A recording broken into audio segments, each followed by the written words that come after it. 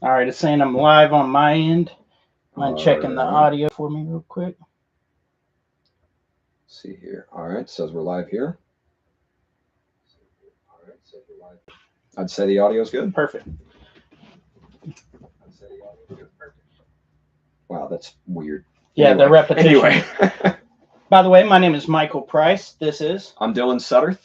and tonight we're going to be hosting the first episode of the Burden of Proof podcast.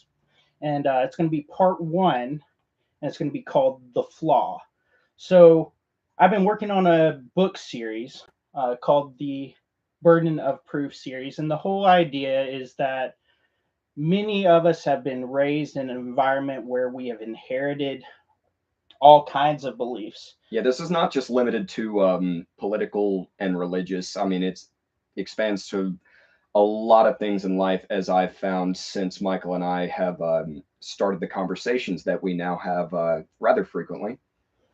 Yeah, so what we were looking at least when I was writing the series, what I was thinking about originally was that we didn't look at the laws of logic. We're not raised being taught those. We're handed a book about science, a book about math, a book about religion, and we're told this is the one you're supposed to believe, and you really shouldn't question it because Right. this is just the truth. This is just the fact. Because that's what the test is based on. Exactly. And if you can't give the information back to them, Right. you're not moving forward in life. So we kind of get trapped into these categories. Um, Yeah. I mean, it takes usually it takes some sort of catalyst for people to begin to realize that not everything is as they've been told. And Michael does a great job at laying out in really good examples and an engaging story in this book, the story of a character named Marcus who begins this journey that I'm not going to talk too much on because that is not my place. I believe you should give the run through of the book. well, so Marcus is going through some major tragedy in his life. I mean, he's already been the rebellious one to a certain extent, and he's trying to come back home. And without going too deep into it, his life begins to fall apart around him. And it's not just one thing, it's everything. And that's the exact type of Hmm. catalyst that you're talking about. And so there's a metaphor that's going on throughout the book where he's recognizing what we were discussing before, the inherited beliefs, but he's also inheriting a house Hmm. and recognizing that there's flaws with the house, and it's kind of this correlation that's going on, and he's learning through the process in both a physical and a mental way, step by step. Do you have anything you wanted to? No, I mean, I think that's a perfect foundational explanation of what it is, and most importantly, laying out the metaphor of not only the house being inherited, but the flaws that are built into that, which then, of course, become Marcus's problem as they start to reach a point of not even say detriment, as things are literally falling apart, as things can no longer be ignored. But yeah. Love the way you said that. Things can no longer be ignored because that's exactly what he does in the book, and Hmm. that's exactly what a lot of us, myself very much Hmm. included, have done at many points in our life, whether it be because we're not able to handle something at that time, Hmm. or we're just not willing to confront it or face it at that particular moment. I mean, I think that's a really good way to describe most of the flawed beliefs that anybody is going to encounter day to day.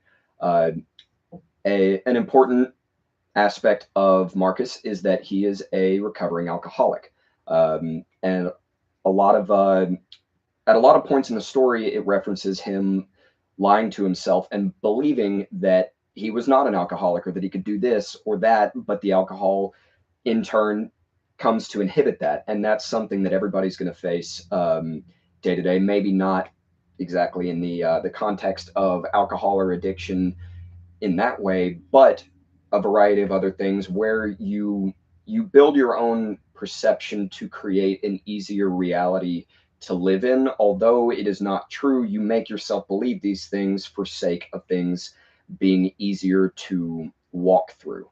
And I think that'll be a way for a lot of people to connect to Marcus, whether or not it's alcoholism or any other type of vice like that. I mean, it it carries over into a lot of realms of life, just deceiving yourself for the sake of simplicity, and ultimately that is going to come to bite you someday.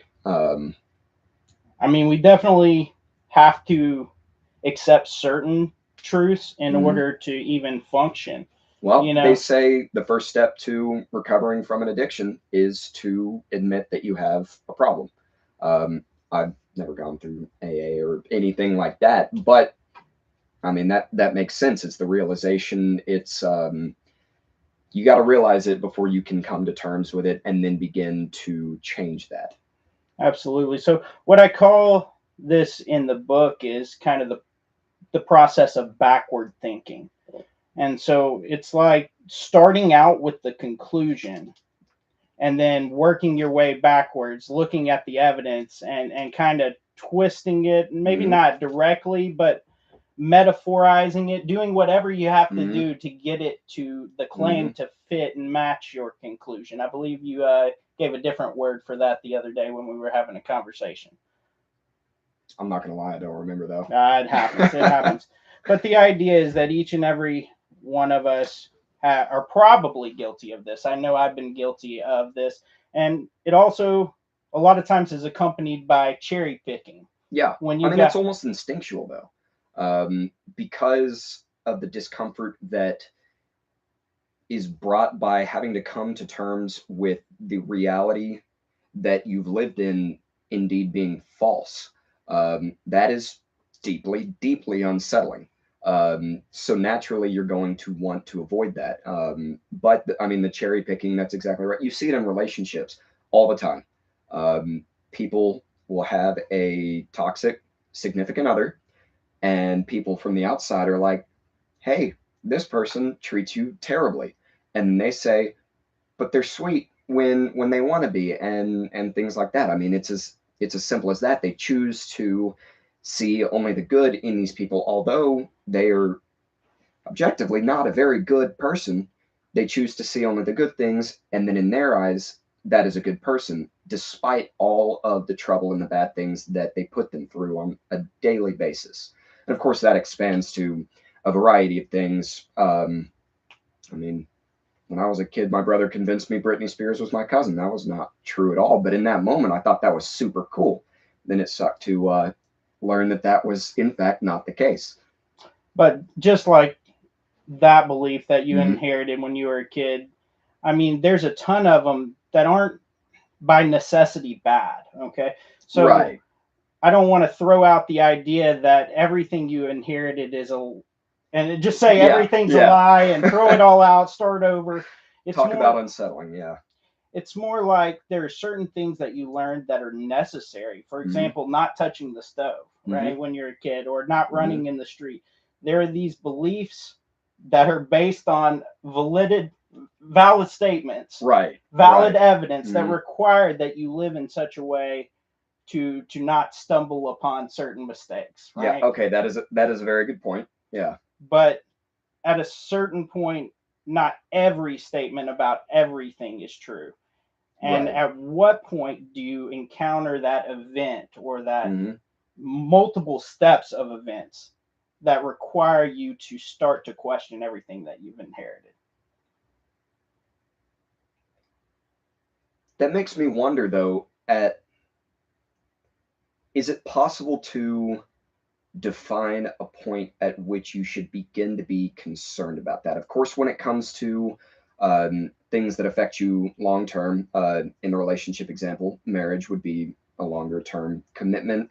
When it comes to religious aspects. Of course, it's, what happens when you die? Why are we here? Of course, all these big questions and politics, even simply a 4-year term. But say the Loch Ness Monster doesn't really make a difference whether it's real or not, or whether you believe it in or not, unless you're going to sit there and commit years of your life trying to find it. Do you think that would be something that would be possible to define?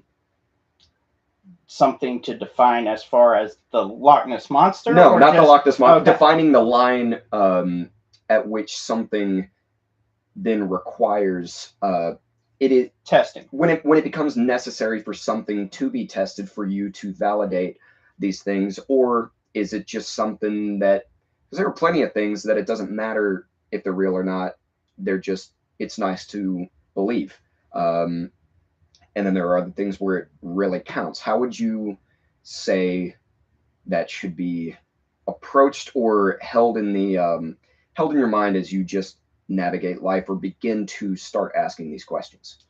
Well, I would say uh, the symbol of everything that we're doing when it comes to the burden of proof series is Mm-hmm. scales. And so I Mm-hmm. think you're going to have to put it on the scales as far as what you're able to know, Mm-hmm. the amount of time it's going to take in Mm-hmm. order to test it to find out if it's true, versus the actual functional Mm-hmm. ability that you can gain from learning that truth. So if you can't, as you said, the Loch Ness monster isn't going to help you a whole lot. Right. So a lower amount of time spent, probably a better decision. Maybe minimal time spent on that. Hopefully that doesn't offend the Loch Ness monster seekers out here. But the point is, you got to weigh it based on your amount of time. Some people have more time. Mm-hmm. They're not in a relationship right now. Right. They're not they don't have necessarily a higher mortgage. They could Mm-hmm. still be at home living with their parents. So their focus could be on a variety of different things. They have Mm-hmm. more availability versus a person who has a much wider range, Right. where their time is allocated already. Mm-hmm. Then they're going to have to take more precaution Okay. to not waste that time, I would say. Okay. So, do you feel like this would be a good time to get into the topic that we discussed beforehand about the holiday season and things like that, to kind of provide examples of these ways of thinking and how this thought process would work? Okay, so this is just a little bit, because the whole burden of proof is really a methodology. Mm-hmm. And it starts by examining the Mm-hmm. flaw.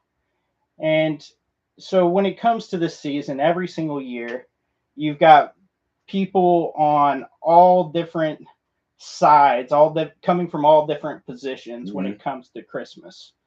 You've got the Christians who see it as the celebration of the birth of Jesus. You've got the people who are in what would be called like a Torah observant position, and they would hold more to obeying the laws also consisting in the Old Testament.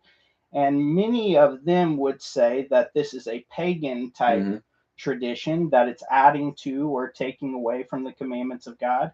Then you've got, atheists, agnostics, who really are just looking to enjoy some time with their family, enjoy giving gifts. I mean, Right. participate in the festivities. Mm-hmm. But what do those people think as far as the Christians participating in these type of things? How would you weigh in on that? Define those people. Are you talking about The agnostic atheists? the agnostic, Okay. skeptics. How would you present?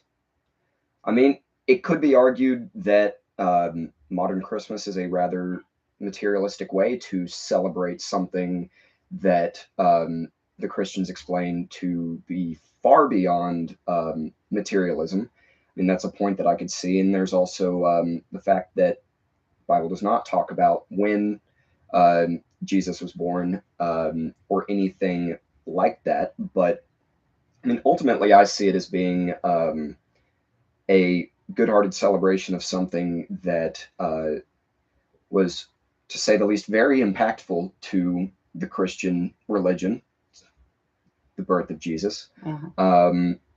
But something I don't fully understand is why atheists and agnostics still celebrate Christmas. If there's already Christmas and Hanukkah and things like that, then why isn't there just another holiday of family time? Like a different day, or just calling it by a different name? Either. I I, mean, I personally don't see how it would matter. I mean, it's all December, I guess, yeah, but yeah, that's an interesting thought. But I guess it already incorporates all of the things that, as far as the gift giving, the mm, tree, it incorporates the celebration, the festivities that they want anyway. I guess they probably don't see any reason why changing the name would matter very much. Also, you never yeah, I know. guess that's Somebody fair. could potentially be doing it as a means to mock Christianity. I don't want to assume the worst of Hmm. anyone, but they're probably. I'm I'm sure there is somewhere. I mean, Yep. So I would say, from if I was to step into the opposite shoes, I guess I would wonder, why, as a Christian, if it's not a holiday in the Bible, would you mm, decide you want to celebrate it? mm, okay, So you said, from the right. atheistic, why would you want to celebrate it? Why do you think a Christian would want to?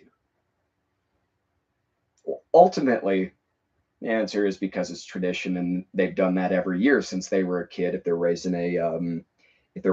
in a Christian household, I think the the modern take on it is simply being a celebration of the birth of Christ. It's pretty well known that it is not known what time of year that Jesus was born, but ultimately still being a celebration of that transformation of the world throughout the entirety of history. I see it as being simply a celebration of that at a time of year and with traditions that have indeed been inherited. It'd be interesting to learn more about the actual origins of these traditions, and I believe that's where a lot of the claims of pagan influence on modern Christmas come from, right? Would Well, you agree or I want to preface by saying I'm no expert on the right? subject. There's probably people who have a lot more information, but there's definitely traditions now that, at a minimum, give off the appearance of being related Mm-hmm. to what you would call some kind of pagan practices. Right. Because And they're very involved with celebrations of nature and natural spiritualism and things like that. So I mean that's a pretty easy way to connect to why we bring trees into our houses around this time of year. Um, but I mean, how does it really expand beyond that? as far as into the traditions of it being pagan, or just how do we expand on the subject as a whole? Um, how it ties into paganism? Okay, so there's practices involving the giving of gifts. There are multiple Hmm. holidays that were celebrated on or around near that time period of the year. Hmm. You got like Saturnalia, winter solstice. Okay. So there's plenty of different holidays that are celebrated, but I would say only as far as when Christianity came onto the Hmm. scene. The question is, were they participating in those same things originally, or are we just looking at the traditions now and assuming, like, projecting it back onto the Right. Christians of the Right. time and saying this is inherently wrong? Or Hmm. do we even have evidence that it would be considered wrong as a Christian or as a Torah observant believer in the first place? How are we testing it? What is our methodology? Okay.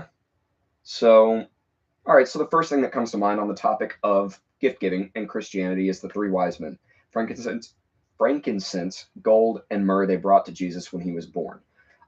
So that gives me the idea that um, an argument could be based on that about gift giving within the Christian side of celebrating this part of December. So, all right, my claim is going to be that Christians give gifts because of the wise men. How would we test that though? Well, I don't know that we could test that one directly, Right. because people are going to give diff- different gifts for different reasons. So Okay. I don't think we can assume that as a whole, but the better question is, would it be inherently wrong or pagan if that's what they were doing? Mm. If they were trying to honor Christ by Mm-hmm. giving gifts in the same way that gifts Mm-hmm. were presented to Christ after his birth. I mean, and but we're assuming something else in this. So a lot of times we think about the claim that's being addressed, Mm-hmm. and we don't look at the actual claims or conclusions that are required underneath those in order for the question or the claim to even be valid in the first place. Well, one is that Jesus was in fact born, and a secondary would be that there were in fact three wise men that Sure. traveled to see him, and then a third would be that these wise men did in fact bring gifts. And another one, when it comes to Christmas in the first place, that assumption is also that it was only about the birth of Christ and not just about the coming of Christ as a whole. Okay. So that's another thing Mm-hmm. which would have to be tested. So the goal here today, when examining this subject, along with a whole bunch of other subjects, is to recognize that not only are there many positions, there are many conclusions underneath almost every claim that must be Right. assumed in order to, I guess, even try to operate on a daily basis. Mm-hmm. But when do you go back and try to build something on which, I guess you could call it a solid foundation? Okay. And so, what point do you recognize that I'm only operating within this small Mm-hmm. scope, and they're valid, things are valid within this framework? I don't know if anybody's ever used AI, but when you're Mm-hmm. talking to AI, especially when you're setting up a framework, Mm-hmm. it learns how to operate Mm-hmm. within those specific conditions. Mm-hmm. And I think we do that on a very regular basis without recognizing that that's what we're doing. Oh yeah. I mean, it makes sense with just the way the human mind works. It's so much faster to accept things based on certain conditions that you um, hold to be true, um, because it would take a lot of time. It goes back to the scales that you were talking about before. It would take a lot of time to sit there and, okay, I see this, I perceive this, I believe this to be true, but that requires this, this, and this to also be true, you know. But the the framework you're talking about previously was conditional validity. Am I Mm-hmm. correct? Yeah, Okay, yeah.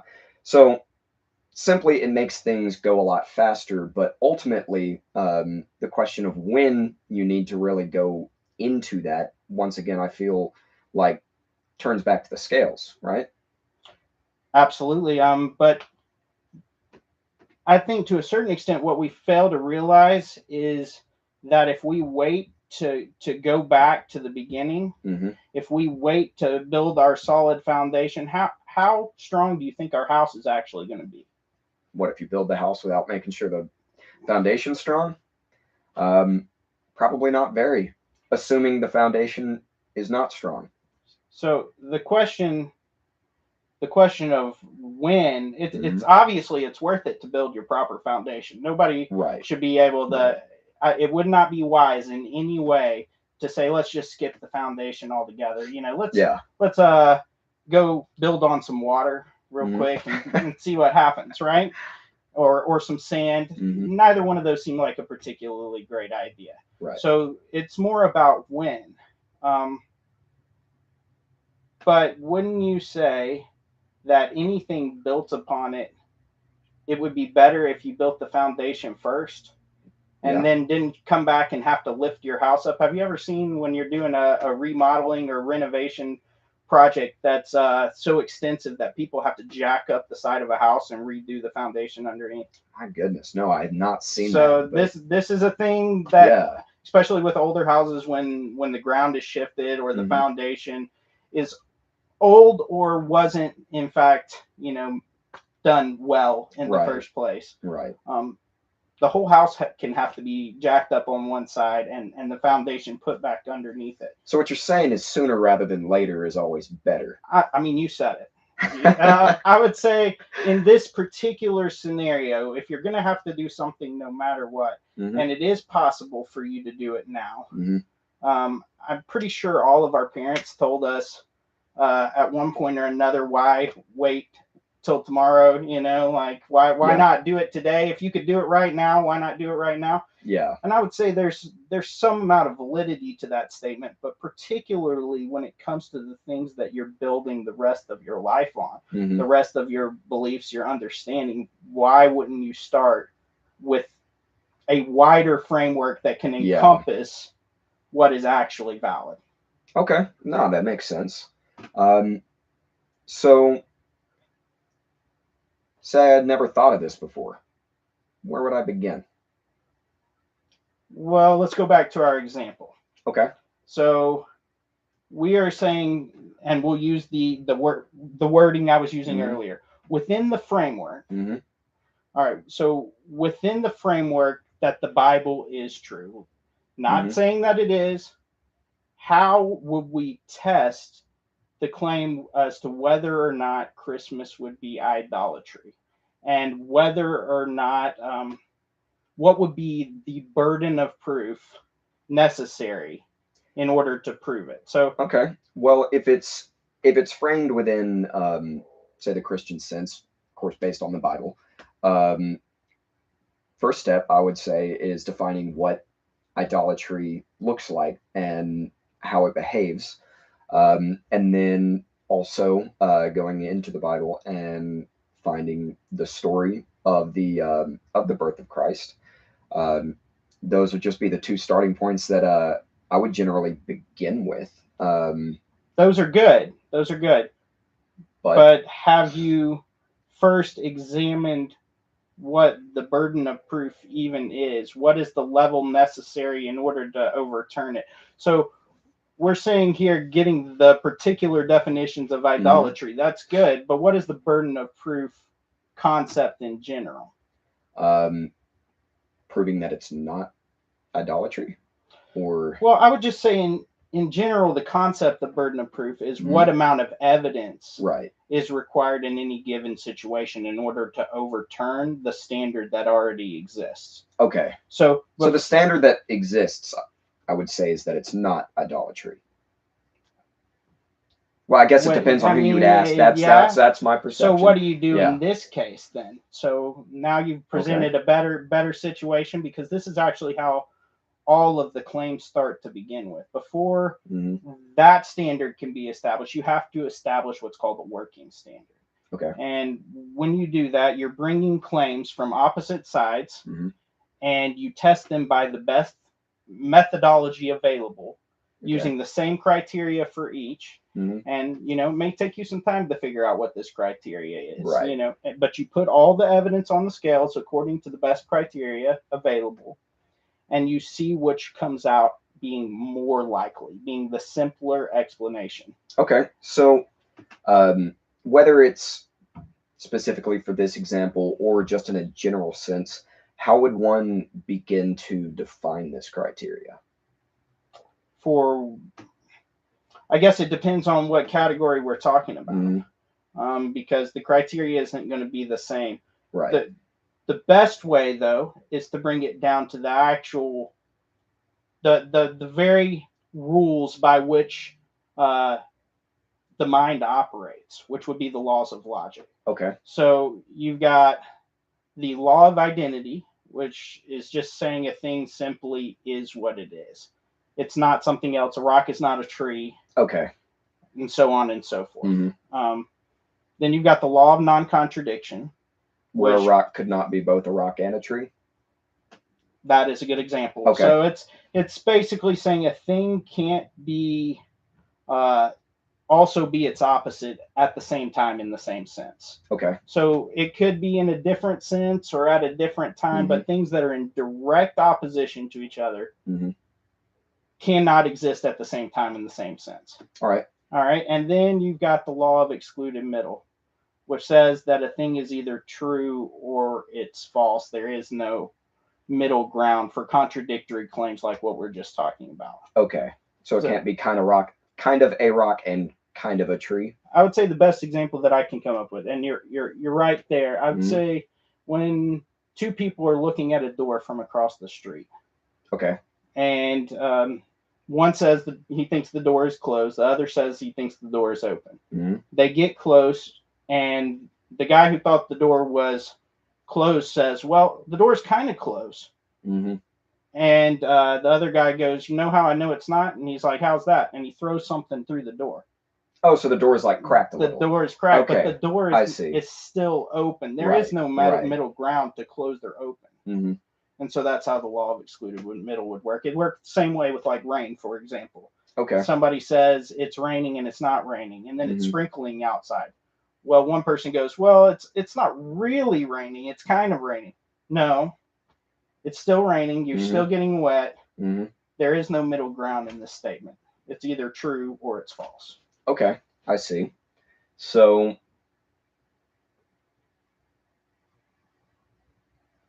is that framework something that you would begin to gather the evidence for either side of the argument and begin to piece those into that framework? Like how would this work in action? So with our two examples here, that we got two claims: Christmas is idolatry or Christmas is not idolatry. Okay. Let's just use that as our example here. Um, it's got to be not the law of non-contradiction shows Mm-hmm. they're opposite; they can't both be true. Fair enough. And the excluded middle says it can't be kind of something be. in the middle. Right. So it either is idolatry or it isn't idolatry. Now, typically, just like a court case that we would Mm-hmm. have these days, the level of proof required Mm-hmm. in order to present the burden of proof necessary to overturn innocence in this Mm-hmm. particular case is higher the higher the penalty is. So just Okay. like when we have a murder charge, Mm-hmm. it requires evidence beyond a reasonable doubt. Mm-hmm.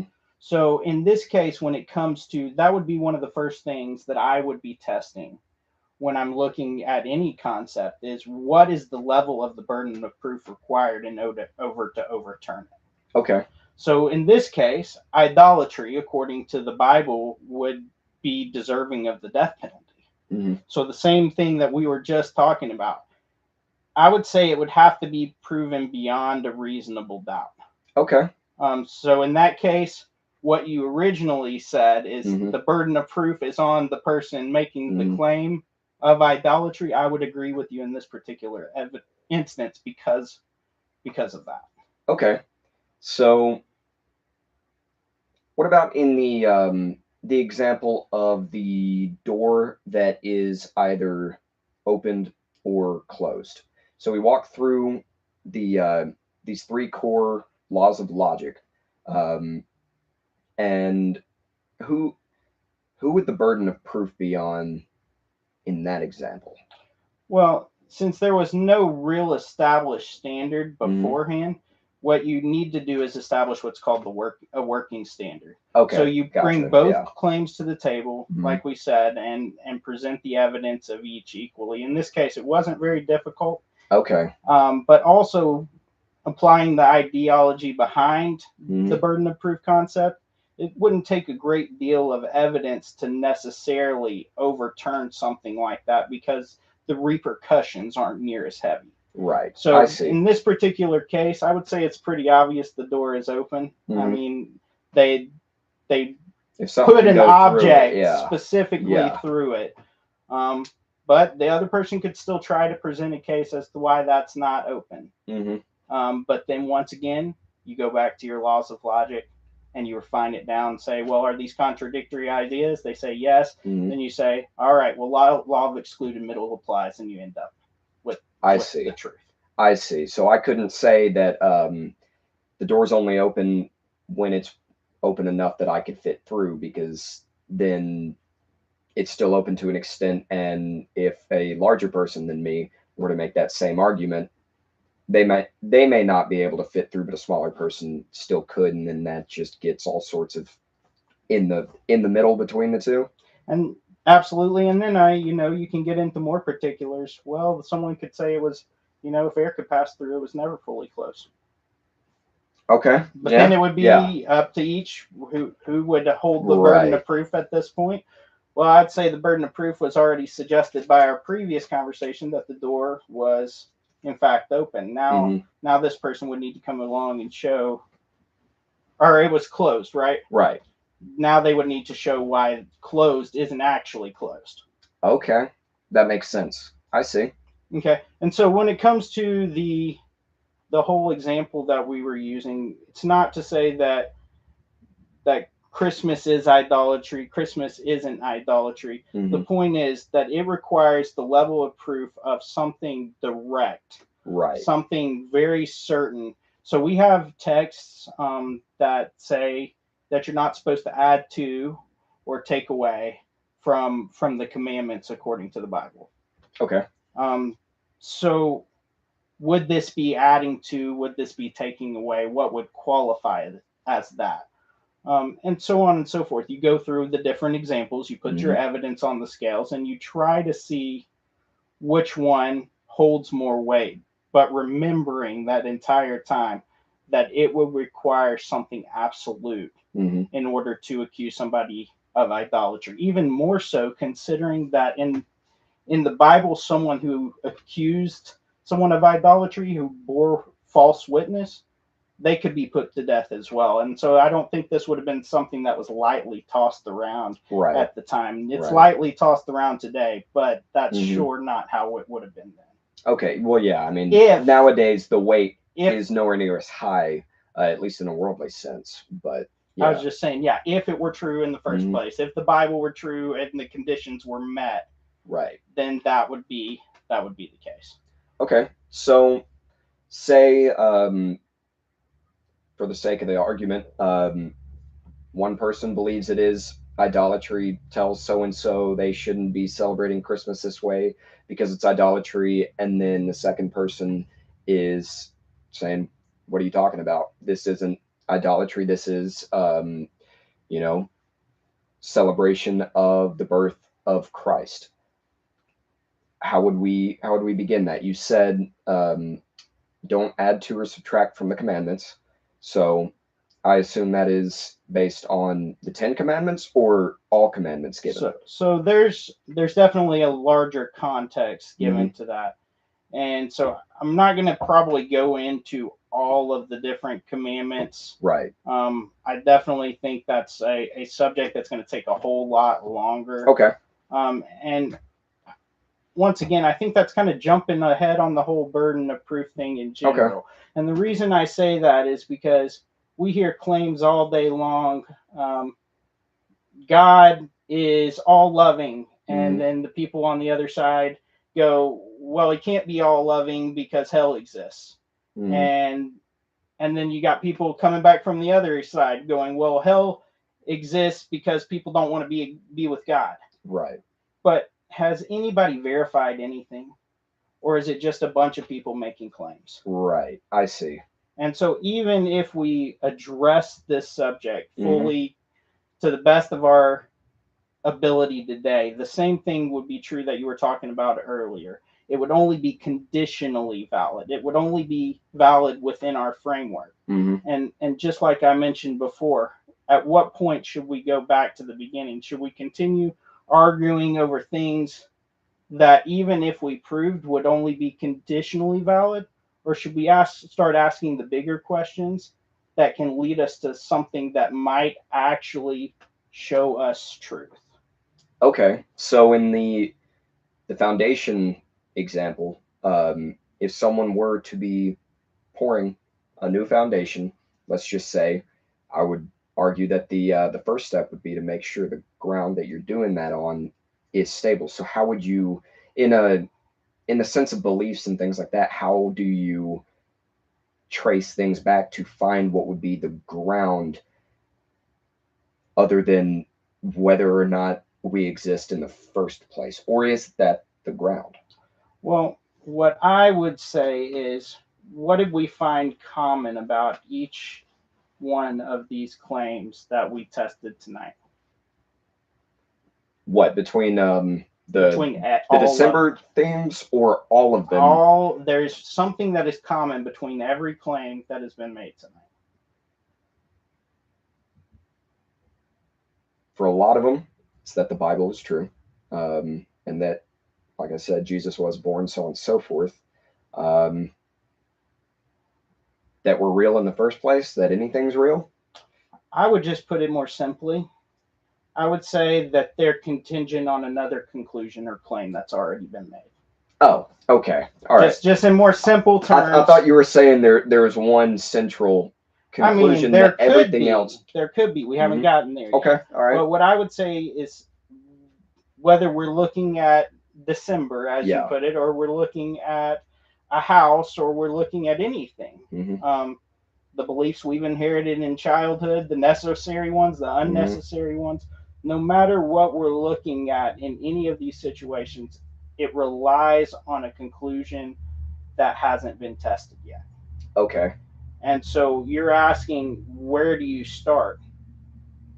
Well, if each of those is built on another claim, which claim is it built on? That's where you start. That's the right question. So how do you get there? You simply, just keep working backwards. Well, I mean, you could in theory maybe start a little closer to the source. But yeah, in essence, you would have to find something to find truth. You would have to find a claim that's not dependent on anything else. Okay. Otherwise, we're just assuming something, and as we verified, that's only conditional validity. It wouldn't actually be proven true. So in the December example, so back to the Christianity versus paganism, for what is modern day Christmas. Of course, Christianity would eventually trace back to, of course, the Bible being true, and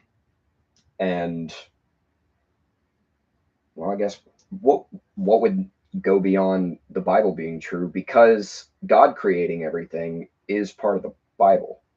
So sure. So you were saying that would kind of be like circular reasoning. Well, we're gonna go into the logical fallacies a whole lot more when we get to episode 3. Okay. That'll be the next book that comes out. So that's going to be called A Solid Foundation. Okay. And so I think episode 3 is going to be around January 15th area. All right. The next new book that's going to come out is going to be on January 1st. So you can get the books on the website for anybody who's looking. That's going to be burdenofproof.co. The first book is available right now, Burden of Proof, the Flaw, the one we're discussing.